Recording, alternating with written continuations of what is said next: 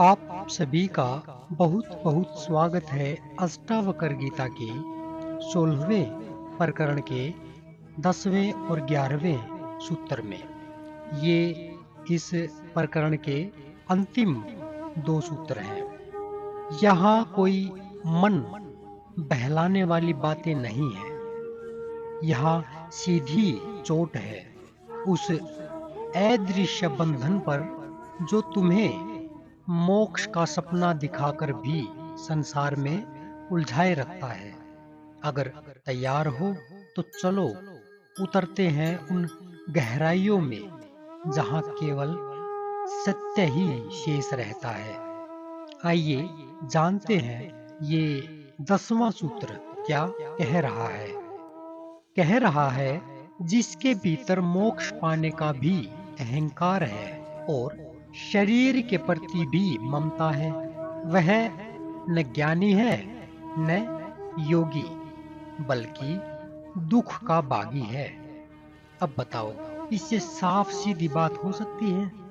अब सोचो, तुम कहते हो मैं मोक्ष चाहता हूं, लेकिन उसी के साथ अपने शरीर के स्वास्थ्य की भी चिंता करते हो, अपनी प्रतिष्ठा की भी रक्षा करते हो, अपने नाम, वंश, संबंधों से भी चिपके रहते हो। क्या यह मोक्ष की आकांक्षा है या नहीं?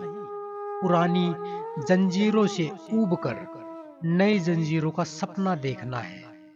जहां शरीर से ममता है, वहां मुक्त होने की कोई संभावना नहीं हो सकती। इसी के साथ ये जो अंतिम सूत्र है, यह भी गहरा प्रहार करता है। कह रहा है, चाहे तुम्हारे गुरु स्वयं शिव हो, विष्णु हो या ब्रह्मा, लेकिन अगर तुमने स्वयं अपने भीतर सब कुछ विस्मृत कर अपने आत्म स्वरूप में टिकने का साहस नहीं किया, तो कोई भी तुम्हें मुक्त नहीं कर सकता। बिल्कुल साफ सुथरी बात। क्या कहा? कह रहे हैं यहाँ पे कि गुरु जो होता है वो केवल मार्ग दिखा सकता है, लेकिन चलना तुम्हारी हिम्मत है। गुरु दीपक जला सकता है, लेकिन उसमें घी तुम्हारे संकल्प का चाहिए। अगर तुम्हें हर वक्त गुरु का सहारा चाहिए, हर कदम पर कोई बाहरी सहारा चाहिए, तो जान लो तुम अभी बच्चे ही हो, परिपक्व नहीं हुए हो। स्वयं में उतरने की कला ही मोक्ष की राह है।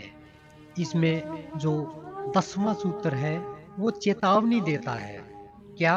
अगर देह से प्रेम है तो मोक्ष केवल एक कल्पना है।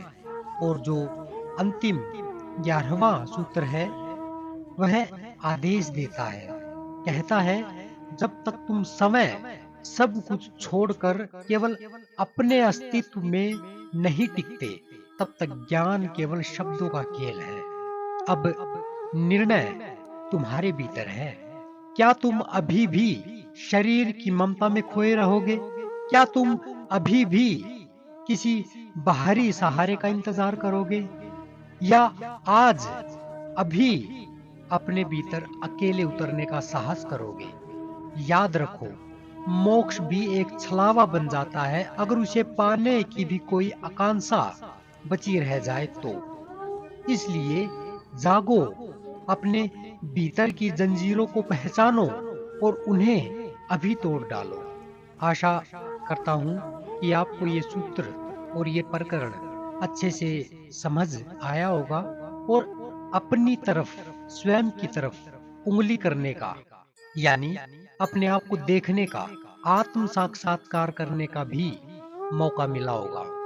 जो शब्दों में नहीं खोते, वो शब्दों को समझकर इन शब्दों से पार चले जाते हैं, और जो शब्दों में उलझकर रह जाते हैं, फिर उनको कोई भी नहीं निकाल सकता। इसलिए मैं बार बार सूत्रों के माध्यम से ये कह रहा हूं कि शब्द ही आपको शब्दातीत करेंगे, शब्द ही आपको मुक्ति देंगे। यानी इन शब्दों को समझना है और इन शब्दों के पार चले जाना है। इसी के साथ यह प्रकरण हमारा समाप्त हुआ। अगले प्रकरण में कल फिर मिलेंगे। तब तक के लिए नमस्कार।